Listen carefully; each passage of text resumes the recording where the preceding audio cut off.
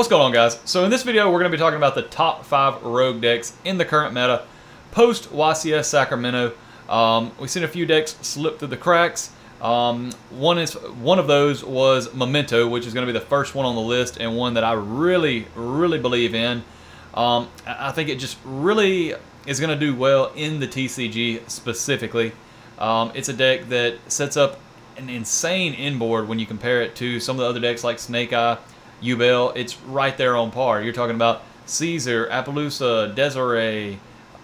At the end of the day, it still has its Memento stuff. So you're backing all that up. The goal kind of is to have yourself a Desiree. That way you can kind of protect your Memento plays, which in itself creates like, what, 7, 8, 9 interruptions.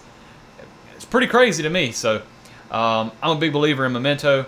Yeah, I mean, great deck. So number 2 on the list, we're going to talk about Runic Whitewoods.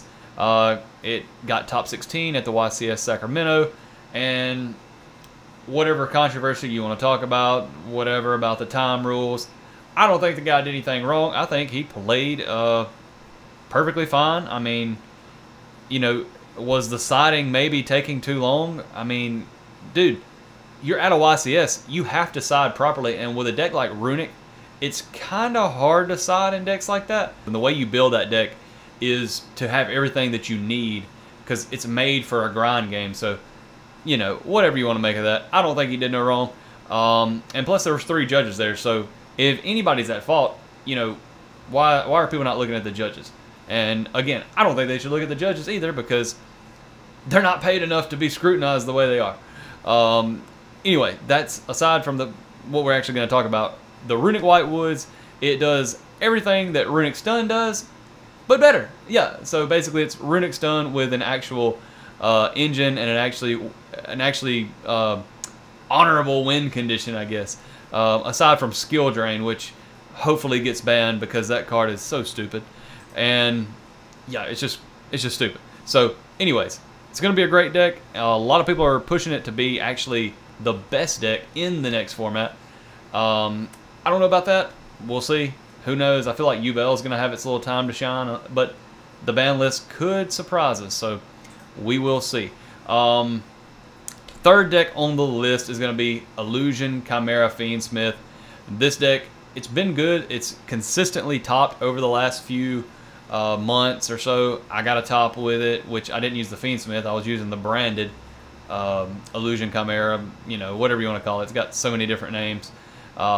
Another deck that sets up a really good inboard, a layered inboard, to where, you know, you don't just automatically lose to Dark Ruler or something of that nature. I think it's really strong into the current meta. However, it is getting overshadowed by decks like Fiendsmith, Snake Eye, Fiendsmith, Ubel. You know, we're all kind of tired of those decks anyway, and I feel like everybody wants to, you know, move past that and move into a new meta. So number 4 on the list, and this is one that, you know, it's a little controversial right now, and I'm going to say branded Desia. It still has the Gimmick Puppet. It still does everything Branded's always done. Branded Fusion's at 3. As long as Branded Fusion is at 3, Branded's going to be a deck that people have to respect. You know, it's going to be a deck that they have to respect. And that's the best thing I can say about it. But I'll Be on the Sanctifier is on the hit list, probably. So if that gets hit, this deck, it does get knocked down a little bit, but it's still going to be around, and I think it's still a good rogue option for people that are just looking to, you know, play branded like they have for the last few years. So if you're a branded loyalist, I wouldn't worry too much. Stick with it, and I think you'll actually have some success. Number 5 on the list, Gimmick Puppets. This is a deck that is really annoying because you can do everything right and still lose. So you build your deck, you draw yourself an Ash Blossom, you draw yourself a Nibiru, whatever it may be, and your opponent activates a field spell that basically says, yeah, none of that matters. You know, what do you do? So if you're looking for a deck that's relatively budget and it's a good rogue option, Gimmick Puppets might be that deck. Now, these 5 are not in any particular order.